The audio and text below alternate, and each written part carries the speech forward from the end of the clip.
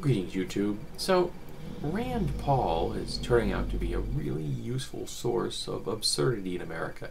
If we could just find a way to, say, use absurdity as a natural resource, Rand Paul might just solve all of our national resource issues. I'm going to quote something he said recently. "I'm not for profiling people on the color of their skin or on their religion, but I would take into account where they've been traveling, and perhaps you might have to indirectly take into account whether or not they've been going to radical political speeches by religious leaders. It wouldn't be that they are Islamic, but if someone is attending speeches from someone who is promoting the violent overthrow of our government, that's really an offense that we should be going after. They should be deported or put in prison." So I would really appreciate if someone out there who is a Rand Paul fan could mail him a copy of this right here. It's called the Bill of Rights, because he seems to have no familiarity whatsoever with this particular document. And yes, this is my personal laminated copy of the Constitution and Bill of Rights, which I keep right in my desk for whenever I need to reference it. Because you see, he's basically saying that if people are exercising their rights of freedom of speech and freedom of association, and you don't like what they say or like in the people that they are associating with, throw them in prison or just deport them.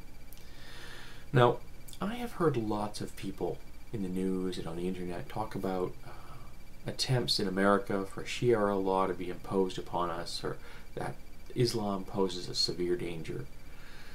But I have never heard anyone personally endorsing implying Sharia law or Islamic control of the government. I've heard people talk about it, but I've never heard anyone endorse it. The only people I've ever heard talk about the violent overthrow of the United States of America have been male, white, Christian. Okay?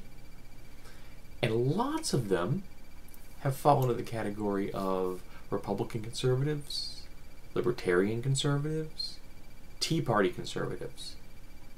Those are the people I have heard discuss the violent overthrow of America, sometimes while holding firearms.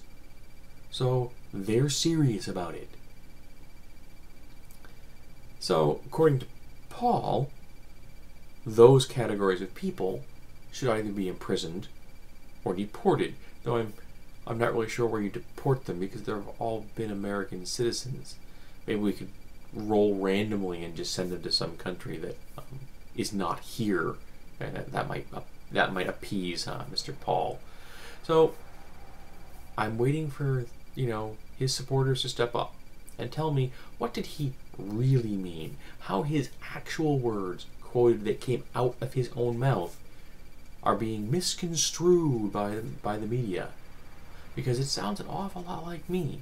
Like this man has no concept of what the Bill of Rights is, and no idea how to exercise freedom of expression or freedom of association. I'm waiting for someone to tell me how I am wrong.